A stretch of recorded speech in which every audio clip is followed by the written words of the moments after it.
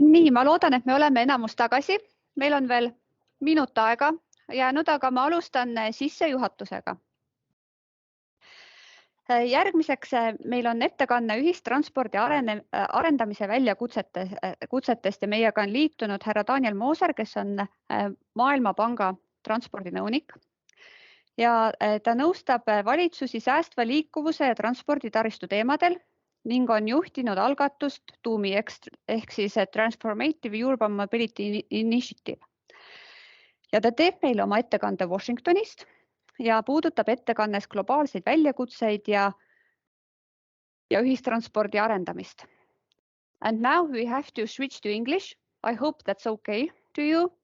So, good morning, Daniel. Do you hear me and do you see us here? Yes, I can hear you very well and I can see you as well. Thank you very much. Very good. We are very happy that you are here with us. Here we have around 80 participants from the field of public transport and sustainable mobility. And we are very happy that you are here with us. So the floor is yours and welcome. Thank you very much. Thank you very much and good afternoon. For me, it's early in the morning, but I'm very, very happy to be able to give some words and then hopefully discuss also for some minutes around the key issues which we are facing in the transport sector in the world, in Europe and in Estonia. So let me just begin by opening a big picture, and then we can look at some of the elements involved in the situation which we are facing today and move towards some of the solution. So if we look at the transport sector, transport plays a particular role as part of our actions to tackle global climate change. It's 23% of global carbon emissions. It's 95% of these emissions are from road transport. It is also 61% of global oil demand. And it is the fastest growing emission source. If we are going ahead with a business as usual scenario, we're going to double our emissions from the transport sector by 2050. That includes all transport related emissions. If we are looking at the urban component, which is by far the largest component of transport, we're talking about 10 billion trips in cities worldwide, and these are increasingly motorized. So that means they are being taken by car. And so the dynamics of carbon emissions in the transport sector can be stressed by looking at the EU 27, a highly urbanized region with typical urbanization rates between 70 to 80%, and looking at the relative development of EU 27 carbon emissions, we see some progress in some sectors, in particular in the energy industries. But transport is going through the roof, and it's going to be, or it is the biggest sector. So the transport sector has not seen the same gradual decline in emissions as other sectors. Emissions only started to decrease in 2007 and still remain higher than in 1990 in many countries. And as part of our effort to understand transportation and the emissions from transportation, it is good to think about transportation primarily in its function to provide access. That is access to food, access to jobs, to education, to goods and services. After the Second World War and in the following reconstruction and redesign of cities, the provision of access was monopolized. And we see that at this highway interchange here, which is basically monopolizing the provision of access for the car. thus stigmatizing alternative transport modes such as cycling, walking, but also making it harder for public transport to work, and in turn creating a vicious cycle of car dependence. Looking globally, we see, and this is a picture taken from the plane from the landing approach to Mexico City. We can see globally that we are at one of those critical moments where we can actively design futures. We have a relatively short window of opportunity left if we look globally in terms of urban growth. I will briefly explain this in the following slides. And working globally, we have the choice if we want the future to look like this suburb of Mexico City with billions of people trapped in low accessibility, low quality of life, and configurations with high carbon intensity, or if we want to design an alternative future for human living. So let me conclude this with the first key message of this presentation. More urban areas will be constructed during the first 3 decades of the 21st century than all of history. So we are witnessing an unprecedented growth of urban areas globally. With it comes the destruction of forests, agricultural land, of bioreserves, of nature. So these urban areas, when we are constructing them, how do we construct them and how do we build them? This is one of the key questions moving forward.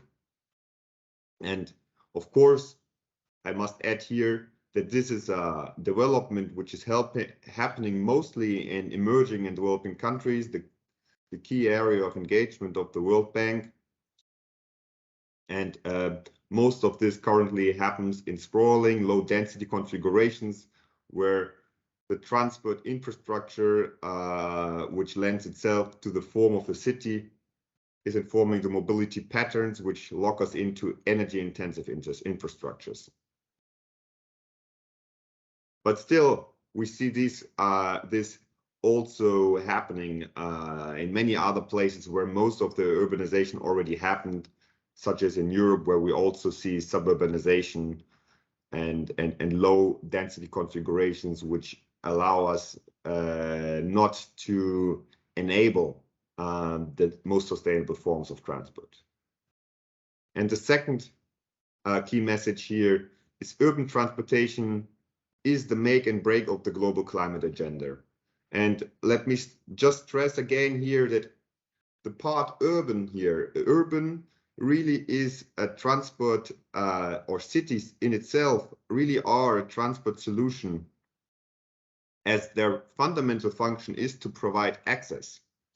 So transportation, urban transportation, bringing people together is the make and break of the global climate agenda. It's a key issue if we want to reduce carbon emissions and if we want to change the trajectory of carbon emissions, which are growing globally. And now let me go to what I would describe as the global urban mobility opportunity. And this is an urban mobility opportunity globally. It's an urban mobility opportunity as well locally. If we look at the Sustainable Development Goals, which you see on the left, you see an overview of the Sustainable Development Goals, which show us how many of those goals are related to providing access to good mobility, and how mobility is a core in delivering a better life for our societies. And if we look at the various factors which are really of concern at the moment, such as health with the global pandemic, such as access and inclusion, with the issues of society cohesion, which we are finding also at the moment, as well as economic development, also a key issue, looking at the economic indicators. We can see that transport really plays a core role here, and providing the right infrastructure, providing the right transport policies is core to delivering better societies and progressing and advancing on the Sustainable Development Goals. And let me dive a little bit deeper here also into the economics perspective. This is an analysis of the global population divided by the urban population and the rural population. Now, I'm sure most of you have heard that by 2010, roughly, so about 10 years ago, we crossed the crucial threshold of 50% of the world population living in cities. Now, what is very interesting in that fact, looking at this threshold which we crossed and the urban population growing, is what does this present in terms of GDP?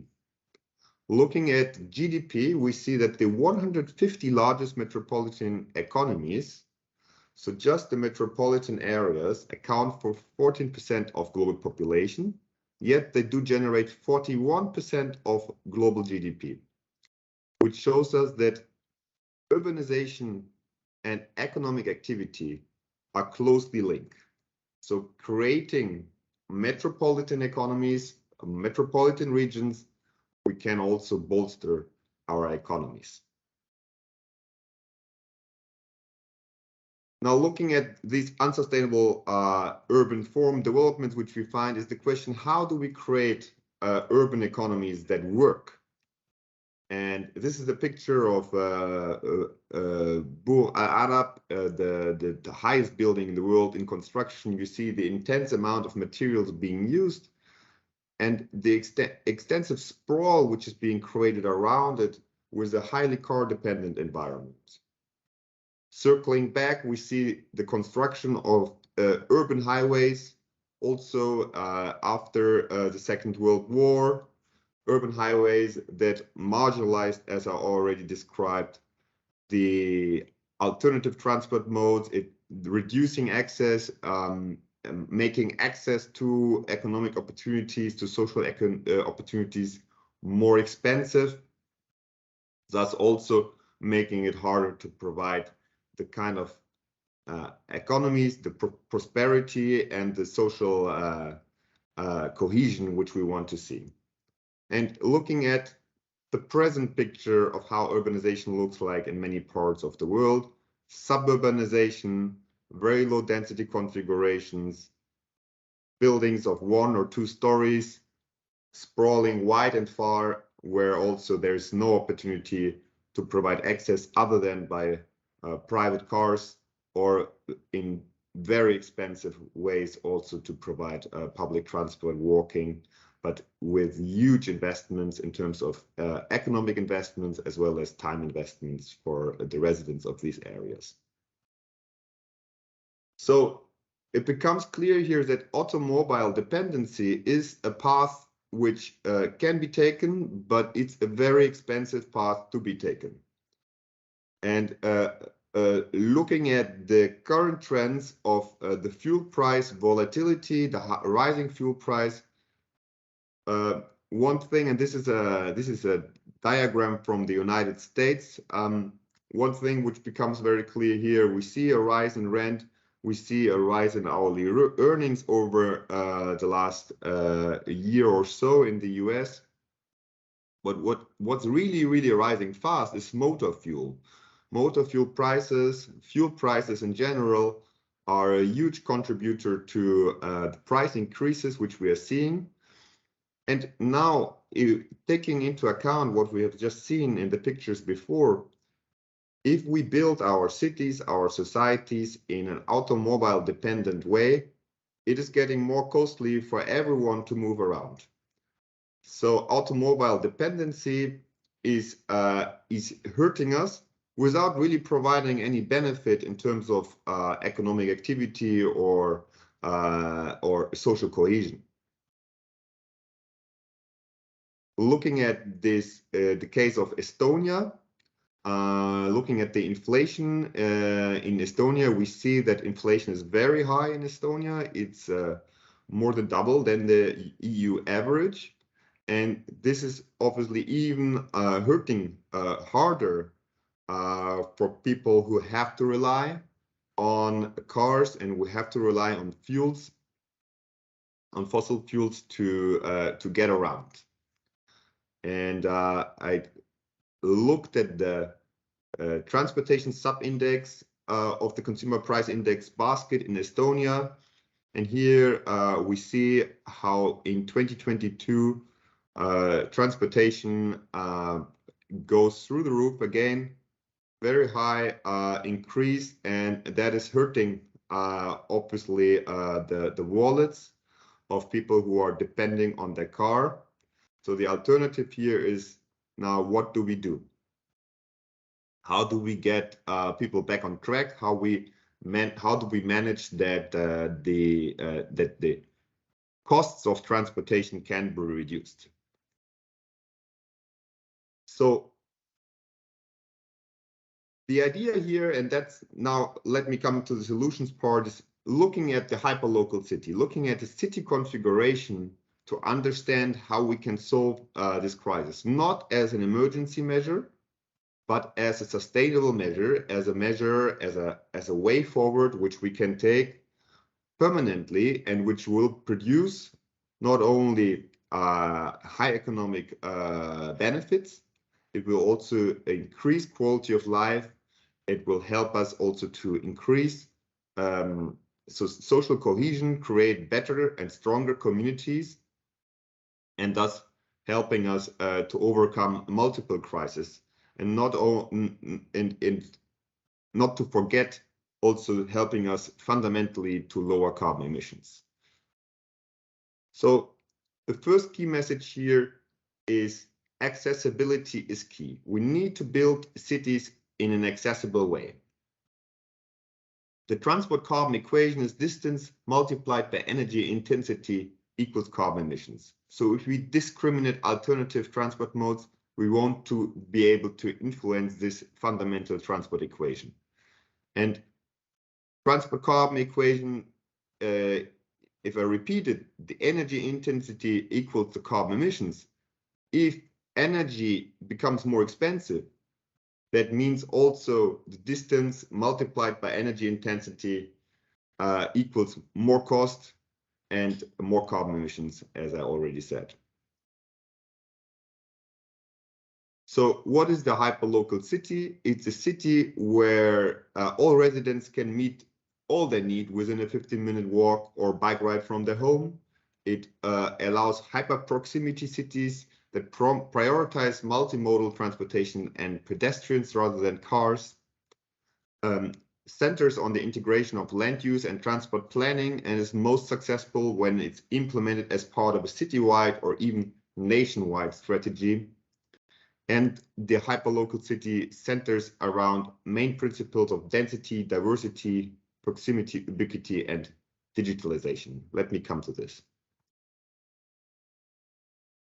So density is related to the number of people per square kilometer, and optimal density helps to effectively plan urban spaces.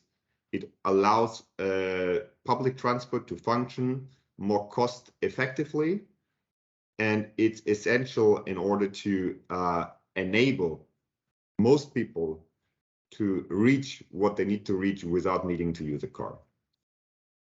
Diversity refers to the need for mixed neighborhoods where people can work and live, where we find commercial and entertainment, and the diversity in culture, so that people can have everything which they demand in their everyday life in their city.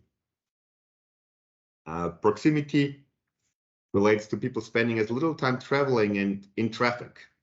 So trying to reduce the time traveling in traffic, enable walkable neighborhoods, also increases informal interactions and builds social ties, thus creating stronger communities.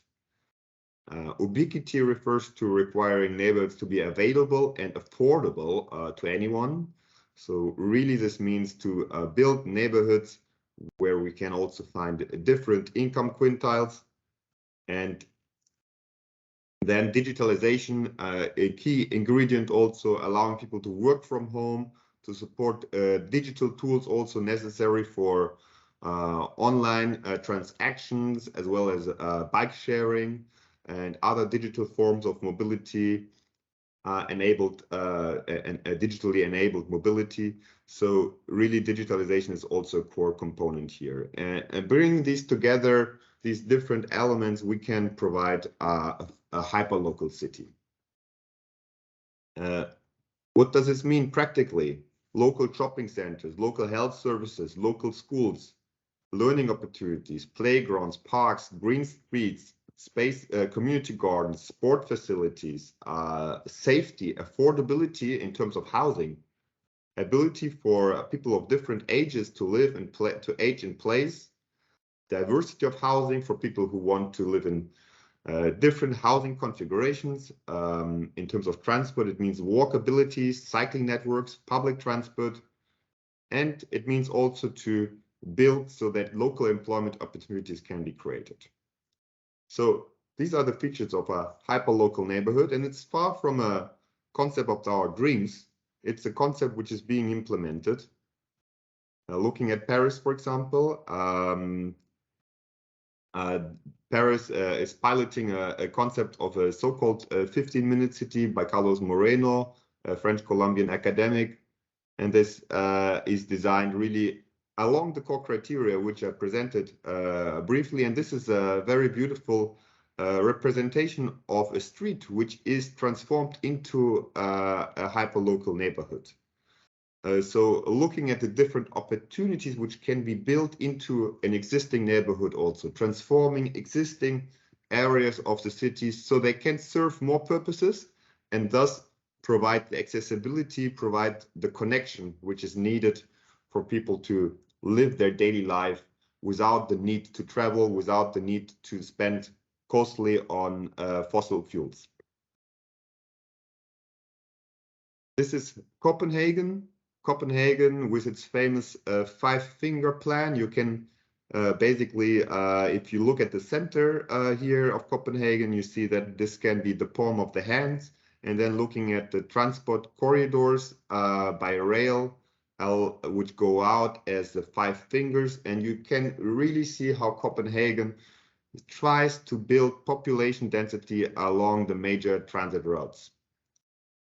So better transport made possible with strong public transport backbones, and then bringing people close to the public transport backbones allows to enable great accessibility. And at the same time, you see that we are not sacrificing green spaces, quite to the contrary, because we allow to have density around the public transport corridors.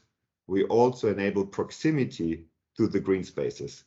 If we would build the same with in a low density configuration, obviously all the green spaces would be gone because we would need so much more space to build the city when we build it in lower density form.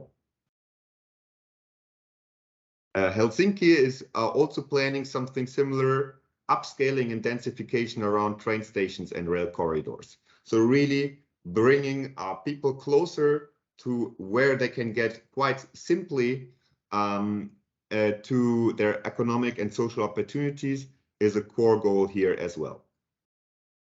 So these are the features of accessibility and the hyperlocal neighborhood. The next key message which I want to give is building quality networks for non-motorized transport. Active mobility, walking and cycling, it does provide intense socioeconomic benefits. We are currently, as part of the World Bank, I'm building a cycling network in Lima in Peru, and we ran a cost-benefit analysis there, and we found there's an incredible benefit to building cycling and walking networks for society as a whole. The health benefits, the time savings, the benefits in terms of reduction of expenditure on transport as a key expenditure item in household budgets, and so on. all of these elements feed into this, and building the quality networks for non-motorized transport is key to enable then the mobility even beyond public transport. And let me stress here, building quality networks for non-motorized transport is incredibly cheap.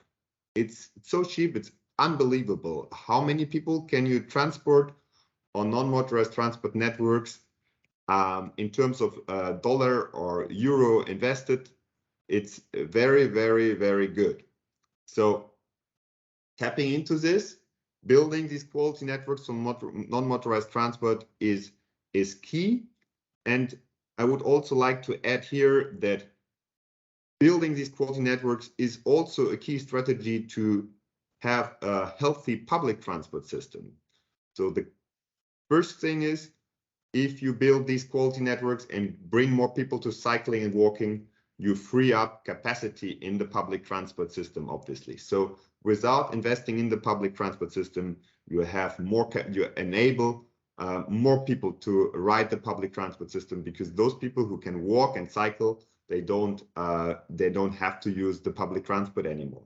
The second element here is walking and cycling, having good connections to public transport stations, to public transport hubs, also enables people to reach public transport. So the catchment area of the public transport hubs is effectively increased by building good cycling networks.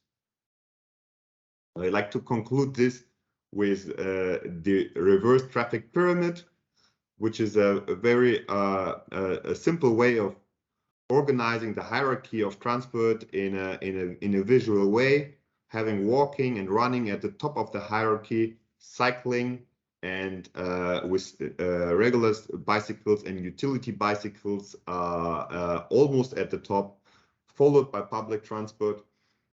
Then the shared private transport such as cars and car sharing, and then below only the own car. Obviously, flying is not an element which we would like to entertain here. And the third key message which I like to put down here is great public spaces are a key driver for society cohesion. So really, if we look at, for example, Barcelona, which is enabling the super block system of city blocks of 400 by 400 meters to improve the availability and quality of public space. It is not only a traffic calming measure, it is really providing a space where people can be, where we nurture social cohesion. So having a look at this, we are basically looking at on the left at the current model, and on the right at the super block model, where we see that vehicle passing traffic is being kept out of a total of 9 blocks, and they're in between areas, so that in those areas we make transport more sustainable. We enable the use of active mobility, of walking and cycling, and we enable also, we activate really the public space between the buildings. And this is a great way of engaging and planning interventions in existing areas of the city, where we can very simply activate the public spaces, create stronger public spaces, and at the same time activate the use of bicycles, of walking in a very, very cost-effective manner. That's also being done in Stockholm with the 1 Minute City. This is called Sweden Street Moves project, aiming to introducing adaptable curb elements like scooter parking, seating units in many streets across the nations. And you see there on the left one of these adaptable curb elements which is being introduced. You take out some parking spaces, you introduce elements of public space, increase and create a hyperlocal city by offering some of the elements which we need to see. So this is a view of how it can look like with adaptable elements in the streetscape, activating public spaces. So creating a neighborhood which is really inviting people to go out and to spend time and to enjoy. So let me conclude here. It's our futures, it's our choices. So really we can decide if we want to go for the left perspective of a suburban configuration, or if we want to go to the right of a livable configuration of a city living, where we have low dependency on fossil fuels, we have low dependency on the costs involved in fossil fuels, and therefore can have a more sustainable life. And as I showed, if we, even in cases where we have low density situations, there is a way to re-densify along public transport corridors to bring this into the more sustainable way. So let me conclude here, and thank you very much. And looking forward to some questions in case there are. Yes, thank you. So thank you, Mr. Moser, and let's give an applause. So do we have any one or two short questions from the audience? So let me know, raise your hand. Here, yeah. Thank you very much, Daniel. This is Tauri Tuvikene from Tallinn University speaking, and I very much enjoyed the talk, and I'm happy that you draw attention in terms of transport. You actually talked about urban planning, right? And I think that's a very important connection here. But I guess just to talk also about maybe some of the critical and complex issues is also the question about when we reach the hyperlocalization and really try to densify much, we have also the downsides in terms of, you know, whether we can have enough green spaces or whether we might not actually increase the prices of real estate. Would you have any thoughts also in this direction? Thank you very much. Yes, this is a very important question, and it's a very strong element. I think this is something which has to be kept in mind very strongly, that when if we build the hyperlocal city, that green spaces to breathe, public spaces are a core element which is a key part. I think this is very important element of building more accessible spaces, is to have the green spaces as part of the concept. So allowing people to breathe. And as I showed on the map of Copenhagen, where densification is happening along the railway corridors, the main public transport corridors of rail, that strategy also enables to leave green spaces relatively close to urban living. Coming to the question of cost of living in terms of housing prices, yes, that is a very important element as well. Creating housing opportunities for different income levels is key. We cannot create the hyperlocal city or the redensified neighborhoods only for higher incomes, but this is something which can be done through a variety of measures in terms of allowing more affordable housing. And I believe we have great examples from around the world here. One example is looking at the city of Vienna, Austria, how they are maintaining affordability in the housing market while densifying their city to a great extent. Thank you. So we have time for one more question. So I will ask myself then, so where should we start if we speak about this hyperlocal city? Is the beginning the question about mindset, urban planning, or something else? I think this is a question about investment. So the question is really, how do we direct the investment which we plan to make? Looking at the budgets is a great way of looking at motivation. And if we take this question of the hyperlocal city into account, it's a good way to start with the public transport budget. Having public transport, strong public transport as the backbone is key. So really that is a core focus. And then trying to enable the accessibility to the public transport system. I know that Estonia has a very affordable public transport system, but the question is, how can we strengthen it in terms of the capacity, the frequency, and the accessibility to the system, also beyond the urban areas? So thank you, Mr. Moser, and one more applause.